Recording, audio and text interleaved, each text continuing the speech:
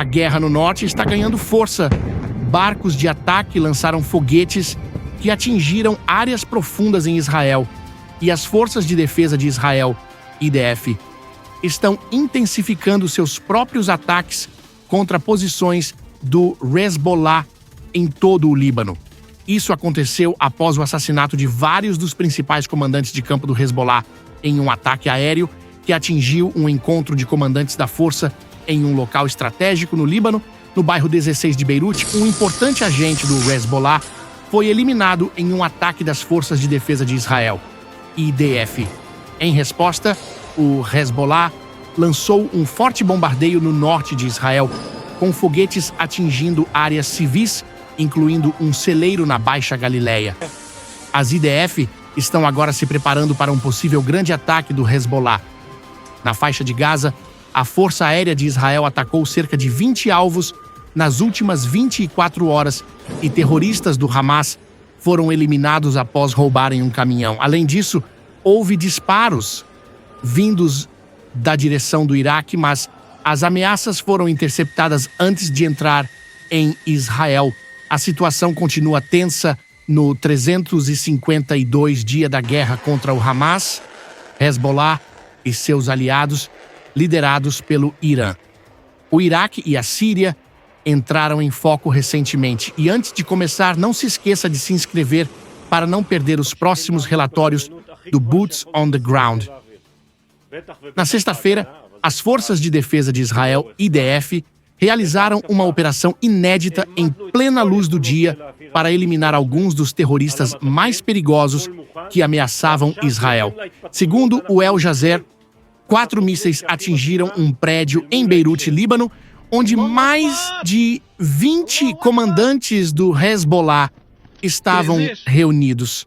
Relatórios da mídia libanesa indicam que pelo menos 16 desses comandantes foram eliminados e é provável que os demais tenham sido feridos. Fotos mostram grandes danos ao prédio e a muitos carros nas proximidades. Em resposta às críticas sobre os danos colaterais, um oficial sênior das IDF defendeu a operação. O porta-voz Daniel Hagari informou que os comandantes do Hezbollah se reuniram em um porão sob um prédio residencial no centro do bairro de Dahiyeh, usando civis como escudos humanos. Esses comandantes foram os responsáveis por planejar e liderar o ataque que o Hezbollah pretendia realizar no norte, com a intenção de ocupar a Galileia. Em uma declaração feita diante das câmeras na noite passada, Hagari destacou que, por enquanto, não há mudança nas diretrizes do comando da Frente Doméstica. No entanto, ele enfatizou que as Forças de Defesa de Israel, IDF, estão em alerta máximo e que o público será informado imediatamente se houver qualquer alteração. Ele pediu aos cidadãos de Israel que continuem vigilantes e alertas, já que estamos em um período de muita tensão. As Forças de Defesa de Israel, IDF, estão enfrentando combates em várias áreas e nossos inimigos continuarão a nos desafiar. Em uma declaração, as IDF confirmaram que o comandante da força Radwan, Ibrahim Akil, estava entre os eliminados no ataque. Ele e outros presentes eram responsáveis por planejar a tentativa de conquista da Galileia. Ibrahim Akil foi o chefe das operações do Hezbollah desde 2004, sendo responsável por atividades como ataques com explosivos, fogo antitanque e defesa aérea. Ele era considerado o principal candidato a se tornar o próximo chefe do Estado-Maior do Hezbollah, mesmo antes do assassinato de Fahim Shukr em julho. Akil tinha uma longa história no terrorismo, tendo se juntado ao Hezbollah no início dos anos 1980. Ele era procurado pelos Estados Unidos por seu envolvimento nos ataques à embaixada dos Samfiliboa e ao quartel da Marinha em Beirute. Em 1983, Ibrahim Akil esteve envolvido em vários ataques contra cidadãos dos Estados Síria, Alemanha, França e Líbano. Ele era procurado pelos Estados Unidos, que ofereceram uma recompensa de 7 milhões de dólares por sua captura, mas foi eliminado por Israel. Desde que o Hezbollah entrou no conflito em outubro de 2023, Israel tem eliminado sistematicamente veteranos da liderança militar do grupo. O Hezbollah não é apenas um grupo militar, ele desempenha um papel importante na sociedade libanesa, controlando redes de distribuição de alimentos, remédios e programas de doutrinação.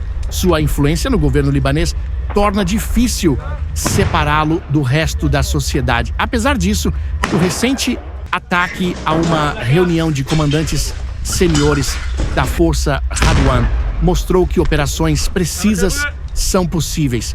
O militar estratégico continuará acompanhando e reportando os desdobramentos desse conflito. As Forças de Defesa de Israel, IDF, tomaram a medida incomum de alterar as diretrizes do Comando da Frente Interna para o norte do país, preparando-se para um possível ataque em grande escala do Hezbollah. O porta-voz da IDF, Brigadeiro-General Daniel Hagari, anunciou que essas áreas agora estão seguindo uma política de defesa de nível 2.